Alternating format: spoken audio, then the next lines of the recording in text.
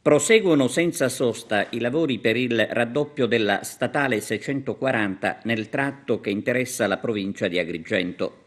Intanto, per consentire il completamento delle opere nei pressi di Contrada a Petrusa, è stato chiuso al traffico l'omonimo ponte, deviando il traffico sulla bretella finora utilizzata in direzione Porto Empedocle e adesso resa a doppio senso di circolazione dopo gli opportuni accorgimenti.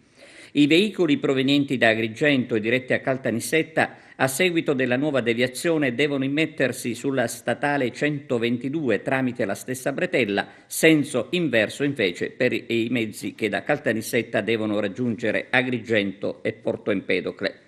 Se verranno rispettati i tempi annunciati dall'ANAS nelle scorse settimane, entro il prossimo 12 dicembre dovrà tornare normale la circolazione nei pressi di Petrusa. Attualmente, lo ricordiamo, chi è diretto a Caltanissetta deve percorrere le statali 122 e 189 e la provinciale numero 3.